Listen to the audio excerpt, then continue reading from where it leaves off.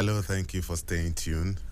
This is Citizen FM 93.7. My name is Lawrence Omoettem. Welcome to Insight. A writer, Daniel Adejoro, in an article published in This Day newspaper of the 26th of May 2020, paints a picture that I would like to share with you this morning. He writes, "Let us take a look at Yaga's Africa 2020 paper on how youths fared in the 2019 elections. The numbers were quite interesting," he said. According to the report, youth in Nigeria had the numerical superiority in the 2019 general elections, with 51.11% of the roughly 43 million registered voters in the country. The actual elections were a different matter, however, with only about 46% of the total registered youth voters, a figure which added up to around 19 million. Regardless, this number was more than half the total voter turnout, which stood at roughly 28.6 million, with the actual youth voting bloc at 66%. When one looks at the youth representation in leadership roles, it paints a completely different picture, one of low, in many cases, no representation. Defining a youth as someone within the age range of 18 to 29 as per the National Youth Policy Organization, youth representation across board is penned at 1%. With 1% of the leadership positions across all levels and tiers of governance in Nigeria, there is no way this trend paints a good look for an emerging economy like Nigeria in a world that is going largely digital. That's from Daniel Adejoro in an article published in This Day newspaper, 26th May 2022. That article sums up the focus of our discussion on Insight today. As a young person, are you a member of any political party? Are you interested or involved in the current political process? What attributes are you looking out for in the candidates? Or if you're one that's a candidate, what are you bringing to the table of political leadership? That's the focus of Insight today. 2023 elections, getting the youth on the train. And we are still expecting our guest, who will be in the studio any moment from now, is expected to take a look at all the issues that have been raised in this in the write-up I just read to you now. So that's the focus of Insight today. My name is Lawrence Omoettem. Welcome to Citizen FM 93.7. We will take a short break, and when we resume, the program will kick off in earnest with our guest in the studio. Please don't go away.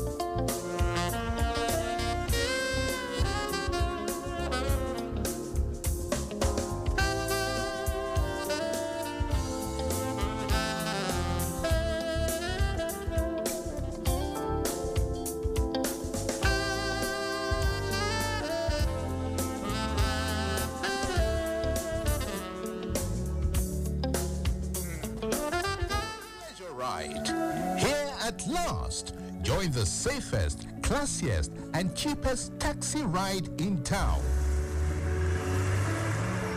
WaveX Taxi Ride for absolute safety and comfort.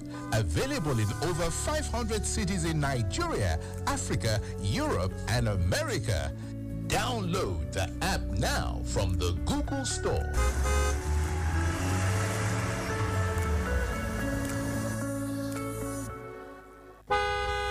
WaveX Pleasure Ride. Here at last. Join the safest. Hello, Abuja. You are listening to 93.7 Citizen FM, the latest radio station based in Nigeria's capital. Our station seeks to broadcast a broad mix of culture and views with priority given to development programming to enable residents share ideas and opinions, music and drama. At Citizen FM, we believe in progressive talk and solution-driven conversation. Our aim is to build a united Nigeria by bringing people of diverse culture together through communication. Enjoy listening to 93.7 Citizen FM. We are more than just a radio station. We are a part of your life.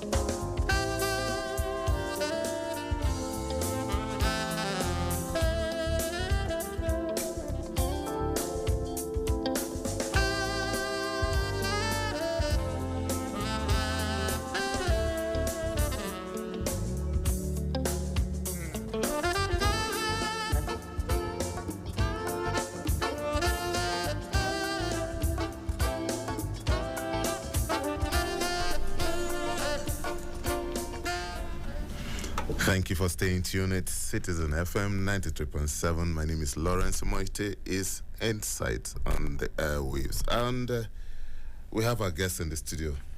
It's Dr. Obinna Ebirim. Dr. Ebirim is a public health physician and a 2019 House of Representatives aspirant, and also a 2016 fellow of the Mandela Washington Fellowship for Young African Leaders. Dr. Ebirim, welcome to Insight. Good morning, Mr. Lawrence, and good morning to our listeners. It's nice to have you on Insight. I see a fellow of the Mandela Washington Fellowship for Young African Leaders. Tell us about that. Okay, so the United States government every year selects about 50 to 100 Nigerians who distinguish themselves in various areas of endeavor, and then they are taken to the United States where they are trained on leadership. So there's a 6 weeks training at a designated university. Different fellows go to various universities and then they are trained, after which they then gather for a 3-day summit that is usually attended by the President of the United States. In my own case, former President Barack Obama was there at Washington to meet us after we had spent 6 weeks at the University of Wisconsin-Madison, where I was trained on public management. But then people are trained on different cohorts, different aspects. We have the public management cohort, we have the business cohort, we have the civil engagement cohort, depending on the area of work. Okay.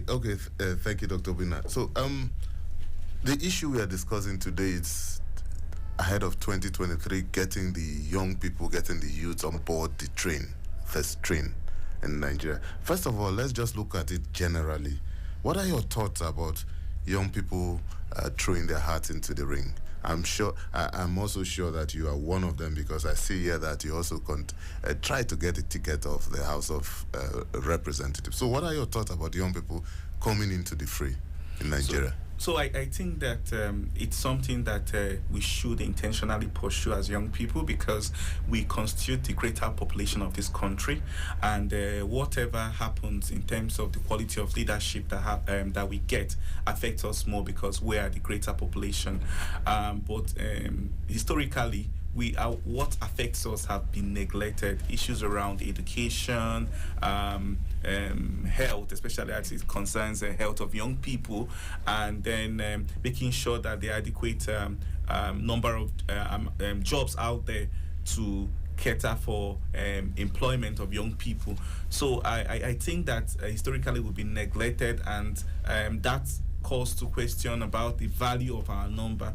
And one way we can make a statement is then to prepare and take over leadership position, so that we'll be on the table and make sure that we're redirecting the focus of the conversation, plans and strategies to that which affect us. Because and then it's also a win-win, because when you then take care of what affects the young people, you take care of what affects the majority of Nigerians.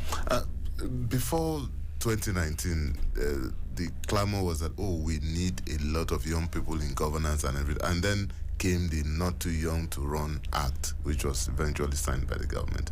Now, since this act came into place, do you think there has been any significant improvement in terms of the participation of young people in Nigeria? Yes, I think so. In 2019, we saw a lot of young people aspiring. Some, then it's different layers of filters. A lot of people aspired, and then there are some who got the party nomination, and then some went on to win the election. We saw a young senator, a lot of young members in the House of Representatives, the House of Assemblies. We saw a lot of young speakers and deputy speakers emerge in the various states, and what that does, what it did to us as a country, is that it not only caused a lot of young people to come in, but it's reawakening the urge to get to participate in leadership, to participate in the electoral process. And we're seeing that this time around, the young people are now taking it a step further to not just making themselves available, but coming out en masse to dictate the outcome of the elections, especially in areas where they are not participating or they are not aspiring, like the president, and then the other areas where we don't see young people. But what the young people are doing now is that they are coming out and vote to determine what becomes and the outcome of the process. You are a public health physician. So how did you now develop interest in politics? So right from my university days, I have had this. So I think it came from, first I was more of an activist who didn't like the way things were going. An Luther Major. Yes, and then at a point I watched the likes of Wole Soyinka and some of the known activists, and what I observed was that at the peak of their activism, they made an impact, they tried to change things, but then it wasn't sustainable after they left the scene, and they made small changes. They didn't really make those big changes that I desired. And I then saw that people who took up leadership, some of the people who took leadership position, were able to change the course of progress and development. You can say in Lagos, there were particular, I don't want to call names, but there was a governor that came and you saw a change. In Akwa Ibom, initially, the perception we had about Akwa Ibom before, and then the governor came and changed. Yeah, we saw a particular governor who came and changed Cross River, right? So I then made that decision that I would then prepare myself and take up leadership position so that I'll be able to contribute to the change I desire. And then that saw me start up. I was an elected student union government executive. I started with PUMSA, the Port Harcourt University Medical Student Association, where I was the class senator, and then went on to the SUG, where I was an assistant secretary, aspired for secretary at a point, but we were asked not to go ahead because of a lot of young people. It was a lot of young people coming up. Then after then, I went to the NMA. I was House Officers Rep, and then from there, I also served as a PA to the Commissioner of Health in Imo State at a point, and that was when I registered in a political party and then helped in political organization for my local government. So it was a process that has led me to where I am today. Okay, we'll come back to this process because there is a question I need to ask about that, but let's put that on hold. Now, let's look into the issue of governance in Nigeria. Even before we get into that, how challenging is the place of finance in real politicking, in being in the field? So finance is a huge problem because anywhere in the world, politics is very expensive, and we as a country, we don't do well in raising public funds for crowdfunding and all that for politics or governance or leadership. People will either donate to causes like, okay, if someone is ill and or someone is bereaved, which is also a good thing. Yeah, which is a good thing, really. Yeah, but people do not really donate so much when it comes to maybe a young person or someone coming up for political position, like it's done. Is it because they are skeptical that the monies would not be judiciously used? I think so. I think it has to do with trust, because in fundraising you have to build the trust to donate, and also you need the donor is also looking out for accountability, right? And also the outcome, right? Does he believe that with the money he's donating is going to bring the positive outcome, which is this leader he believes in winning the election, right? So I think all that contributes to why you have the lack of donor appetite to donate to electoral aspirants in Nigeria, and it's a huge challenge. And also, you see, one other thing that makes it difficult is even when you raise fund, a good amount of fund, you see someone who has stolen and now has access to excess fund, dictating the process, right? So it makes it difficult, and for a young person who haven't got himself involved in any of the shady practices or scam or fraud and all that, it's difficult to mobilize the adequate amount of fund required to go through an electoral process and compete with people with heavy watches. Yes, especially those that are incumbents or returning who have amassed a lot of wealth. Okay, we'll take a short break. Inside, we'll return in a moment after this break. And when we come back, we'll throw the lines open and then we'll call those numbers that you can call after this short break. Please don't go away.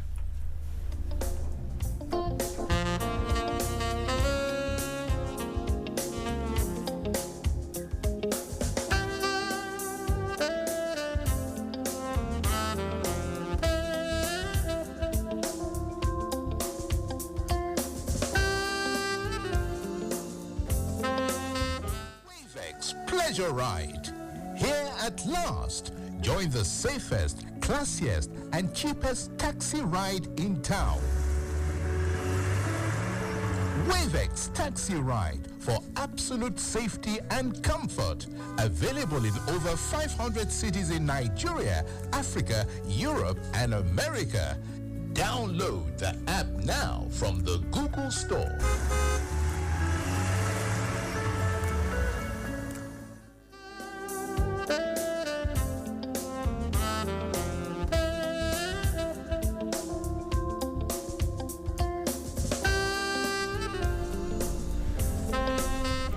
Thank you for staying tuned. It's still Insight on Citizen FM 93.7. My name is Lawrence Omoettem, and we are taking a look at the 2023 elections, getting the youths on the train. And I have Dr. Obinna Ibirim, who is a public health physician, is also a fellow of the Mandela Washington Fellowship for Young African Leaders. And he is also a 2019 House of Representatives aspirant, so he has a bit of that experience in the field. Dr. Ibirim, the conversation around young people is always important. Will the young people, from your experience, ever have a seat on the decision table, the way things are structured in Nigeria? And from your experience? Yes, they will, and it's a process. Politics, power anywhere in the world, not just in Nigeria, is not served a la carte. You have to really show that you want that power. You have to walk the walk, and then you have to do all the strategy and all the hard work that is required.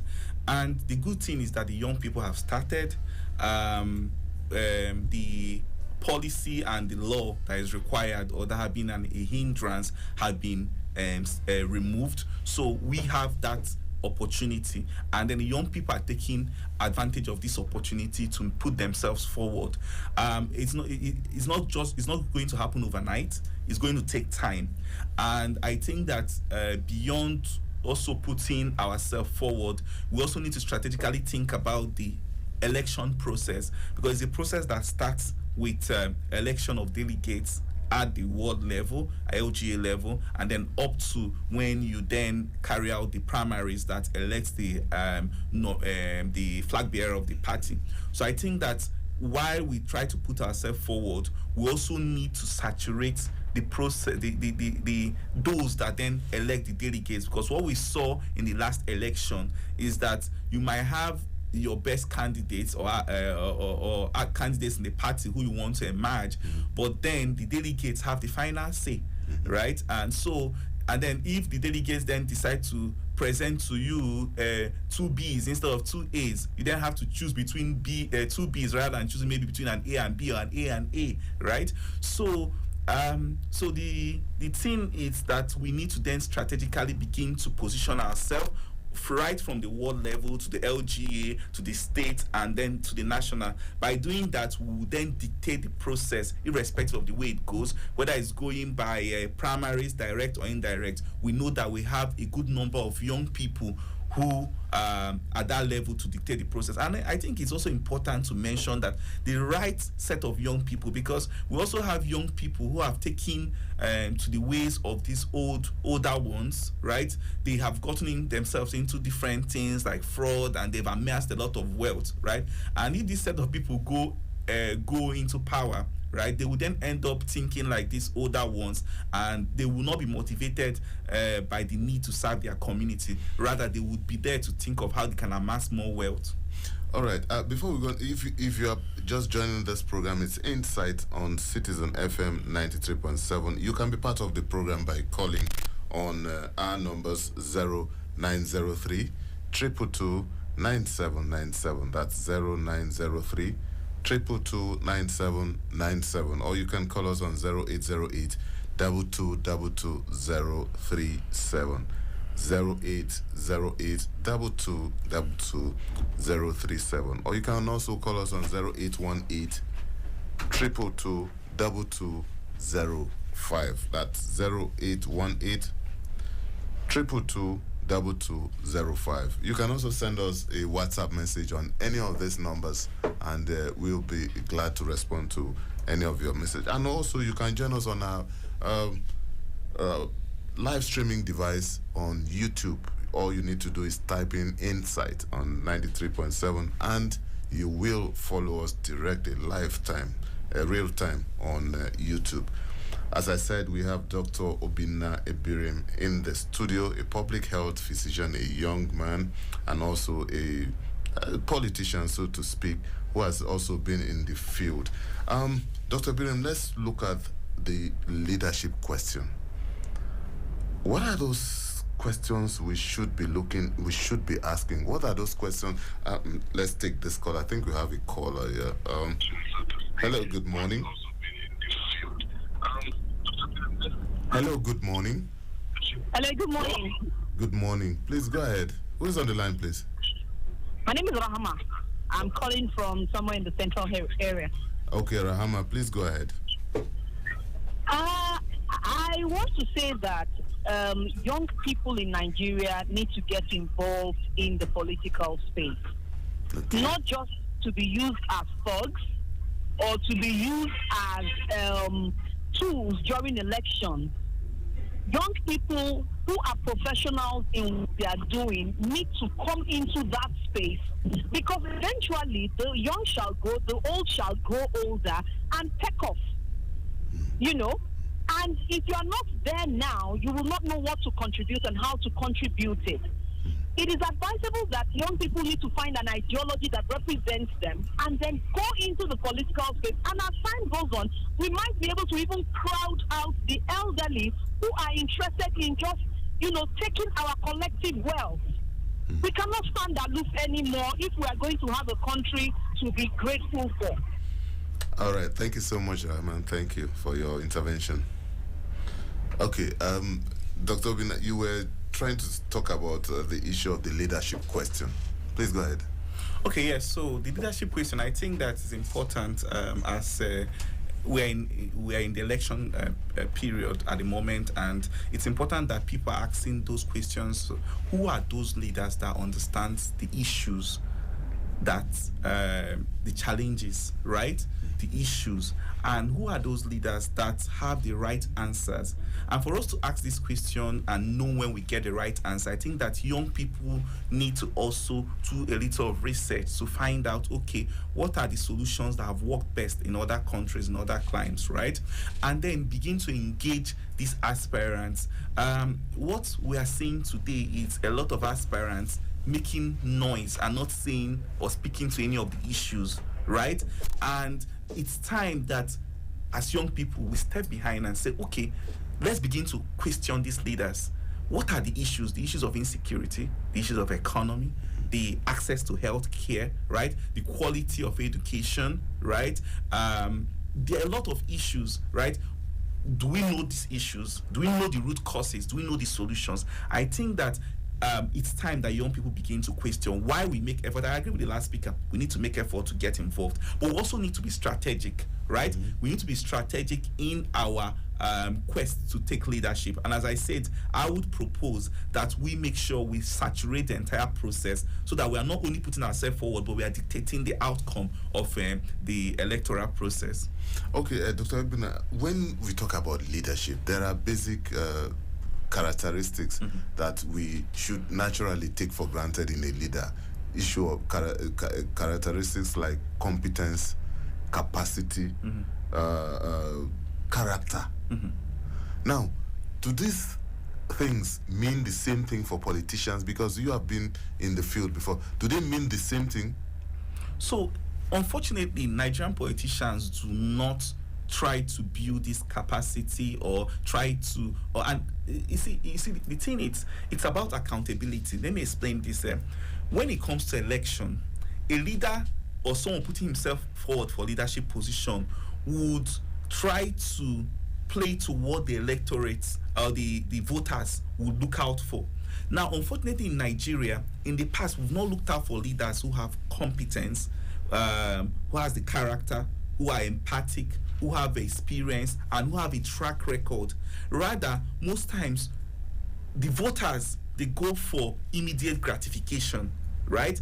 And then what then happens is that you end up leaving those that have that qualities, those expected qualities of a leader, and then you go for those who are able to provide that immediate gratification. What it does is that it starts up a very bad circle, because these leaders then emerge, and rather than trying to show capacity, rather than trying to be empathic with the needs and the yearnings of the people, they look for ways to amass a lot of wealth, because they know that when it comes to election, that people are not going to look at their character or their competence or their experience or their track record. Rather, they are going to look for immediate gratification. So what we need to do is to break that circle, right? And I'm happy that we are now seeing what is sort of revolution, where a lot of young people are now trying to get their PVC, change their PVC to a place where they can vote, right?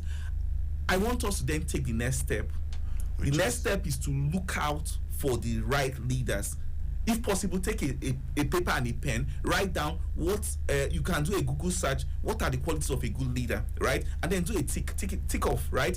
Is this leader competent, right? How do I know if he is competent? Does he have the experience?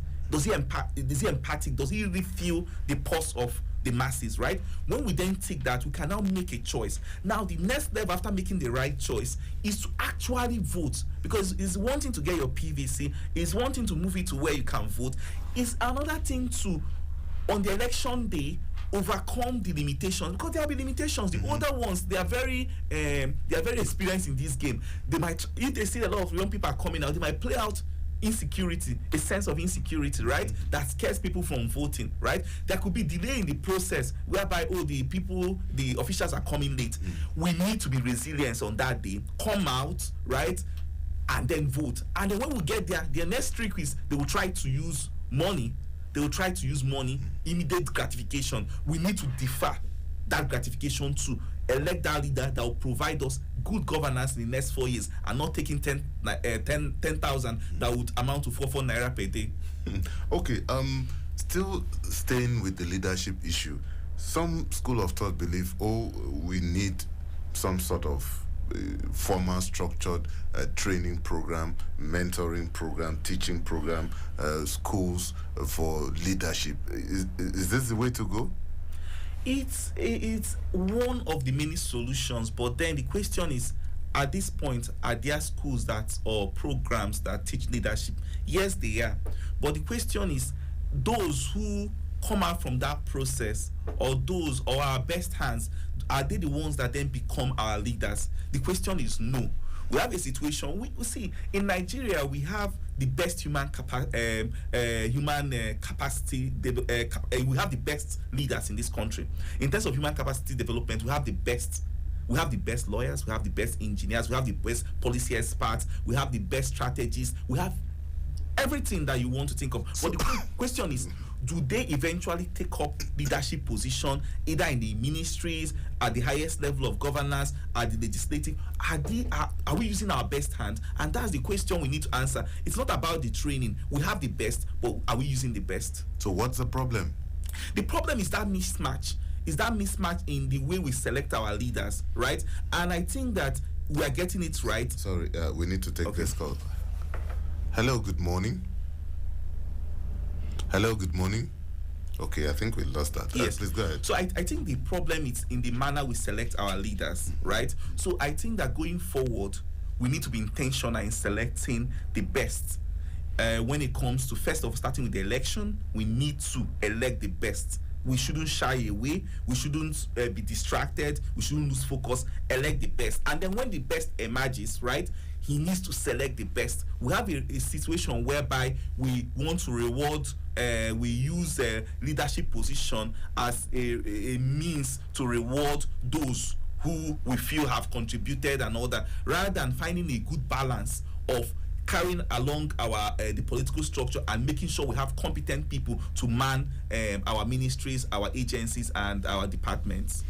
Okay, you can join the program by calling us on this number 0903 222 or you call us on 0808 222 or on 0818 222 Any of these numbers you can send us a WhatsApp message to, and Dr. Obin Ibirem, a public health physician who is in the studio, and a young man also will respond to any of these questions that we talk about. Now, Dr. Ibirem, this brings us to the issue of track record. Some people accuse young boys and young men and women, young Nigerians, of just throwing themselves into the politics without grooming, without the necessary initial grooming to prepare them for the task ahead. How important is this issue of having track record before throwing your heart into the politics? Yes, the leadership and governance is not a child's play. It requires a lot of experience, a lot of you need to come to it with a lot of capacity, right? And that preparatory process is very important. And I won't agree with those who argue that young people are not prepared. We have a lot of young people who are prepared, and they are doing excellently well in the private sector, in the NGO world. You have very young persons who have risen to a point of becoming CEO, and then they are doing well. With most of the unicorns we have are manned by young people. What is the problem is that the older ones who are benefiting from the political process and are trying to hold on. They are trying to make excuses, but that's not to underplay or de-emphasize the need to prepare. Young people need to prepare, and there are so many ways you can prepare. If you want to be a leader tomorrow, you need to learn what it means to be a leader, the qualities of a leader. You need to begin to practice, put yourself forward. You can start by being a mentee to a known political leader who you admire and you feel that has that right qualities, and you then learn how to, you can begin to volunteer, because if you can't give your time right for free and your expertise for free. When you get into leadership, you would see that leadership process as something that you need to. Hello, just hold on. Let's take this call. Hello, good morning. Good morning. Who's on the line, please? Yeah, Patience from Buhari. Okay, Patience, thank you for calling. Please go ahead. Yeah, we're talking about the issues affecting Nigeria and then the questions to ask, right? Yes. Okay, so especially for the young ones. Go ahead. For the young ones or for the leadership? Both of them. We are talking about how do we get the young ones to participate in governance, in government, in politics. Well, to get the young ones to participate in the politics is what we are going through now that would make them to join. But however, if they are there for too long, just like he is saying they should understudy, they will blend. And at the end of the day, they will end up giving us the same thing that they have learned from the oldies that will soon expire. But for me, the questions I want us to be asking our politicians, the aspirants, when they come, are the WH questions. Why do you want to be our president? What do you think are Nigerians' problem now? What do you want to do to solve the problems you have itemized? How do you go about itemizing it? With whom would you likely work? So whosoever has the right answers, where and when would you start? Or would you accomplish it? So based on their answers, we would know how prepared they are. So if somebody is telling you that our problem is the other politician or the other political party, you know they don't know our problem. If they don't know what is our current debt rate, or how to pay it, or our foreign reserve, or how many of our public assets the present government have given out, or hello, Patience. Please, Yeah. could you turn down the volume of your radio? It's interfering with your call. Okay, is it better now? Yes, go ahead. Thank you. Okay, so we should be asking them such questions so that we would know who is ready for us. If the person is coming to come and solve the problem, okay, tell the person what are the problems. If the person feels the other political party is the problem, then that person is not ready. Okay. If you say education, what are the problems in our educational system and how do you want to solve them? Are you going to be solving it with technocrats, or just like the speaker has said, is it going to be a reward system? Okay. You just pick a misfit and put there. All right. You know, so we should be able to solve all those things by asking the right questions. And then our electoral systems, what is plea bargain, and what's this one that they call presidential pardon? All right. How do you get back our money that have been stolen? All those things. Thank so you. we need to know. Thank you so much, Yeah, Patience. Thank you for your intervention. We appreciate it. Okay. Well, you can keep. We can take a few more calls. You can call us on 0903 222 9797, or you can call us on 0808 2222 037. Dr. Bina, before I come to you, let's take a short break and take our commercial, and we'll be back after this moment. Please don't go away.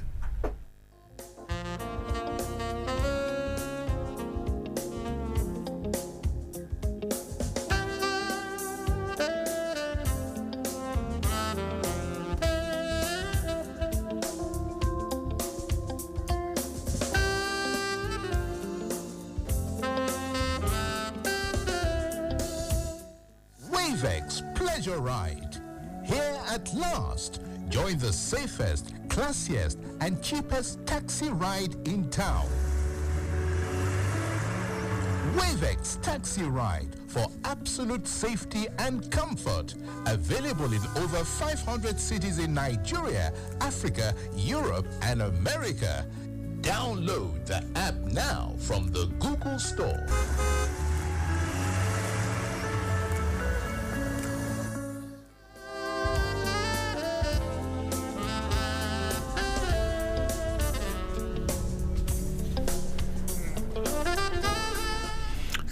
staying tuned. This is Insight on Citizen FM 93.7. My name is Lawrence Omoettem, and we have Dr. Obinna Ibirim, a public health physician and a young man in the studio. We are talking about getting the youth on the train, the 2023 election ahead of it, and what we can do to make sure that young men, young boys and girls who are above the age of 18 can effectively be part of the electoral process.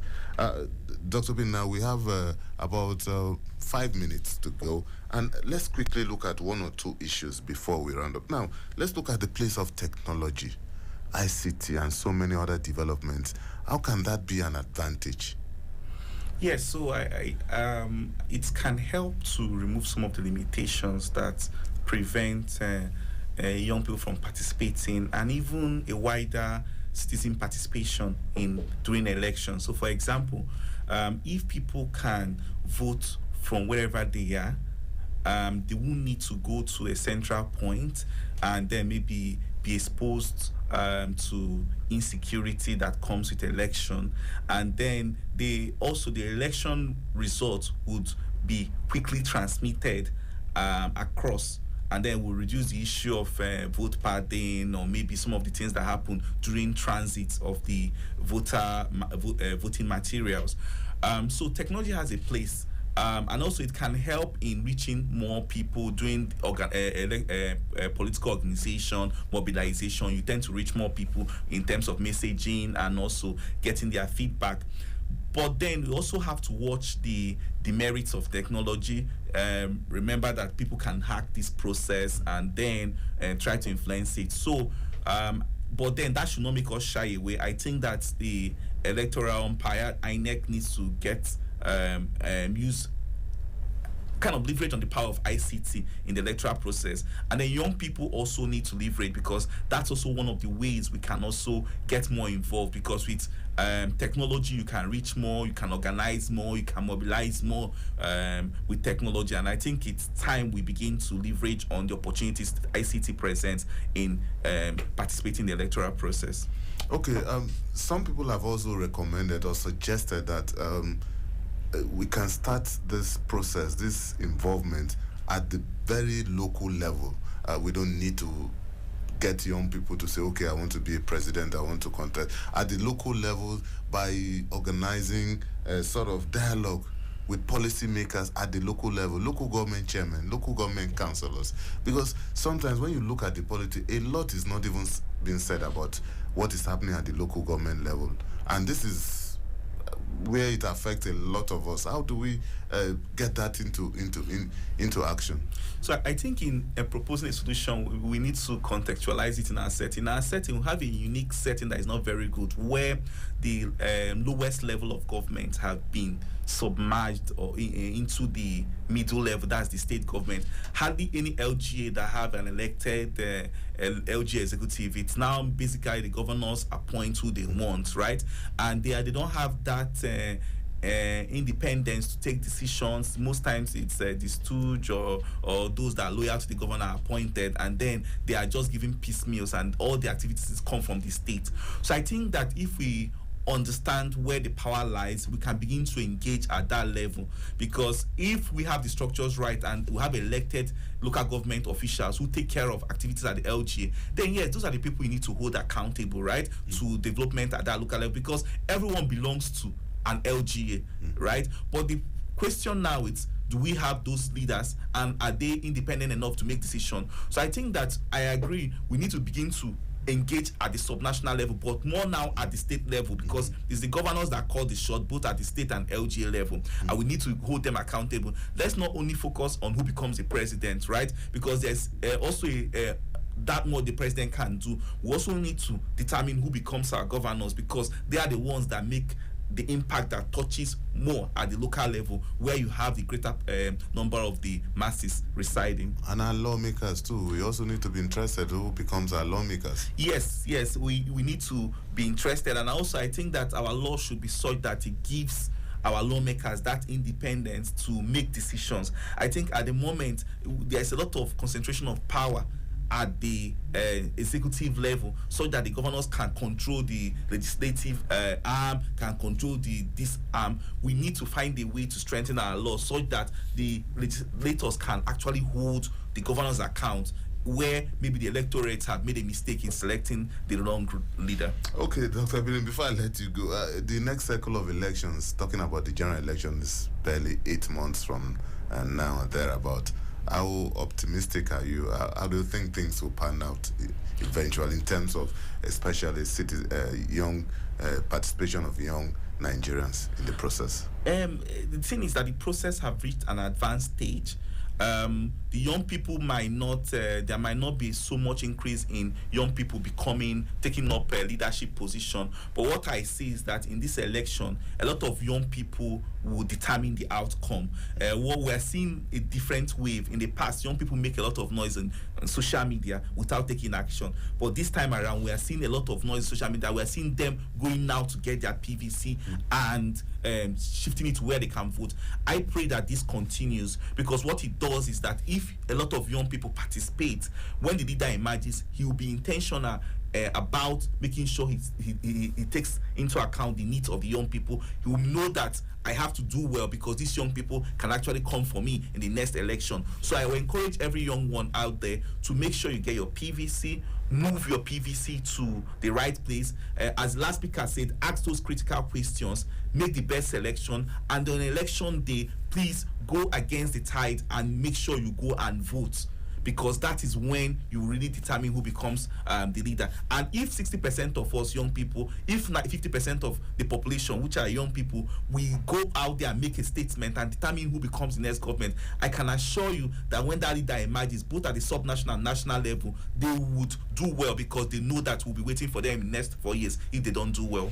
Well, we'll leave it at that. Thank you so much, Dr. Obinna Ebirim, for being our guest on Insight. It's a pleasure, and thanks to the listener. We don't take you for granted that you make our time to listen to us today. Thank you so much, Dr. Ebirim is a public health physician and also a 2016 fellow of the Mandela Washington Fellowship for Young African Leaders. Well, that's the much we can take on Insight today. The program returns on Monday with another edition. Tomorrow we'll have Owela Kemfa with Diplomatic Hour at the same time. And after this, News on the Hour comes up immediately with Mona. My name is Lawrence Omoettem. Enjoy the rest of your day.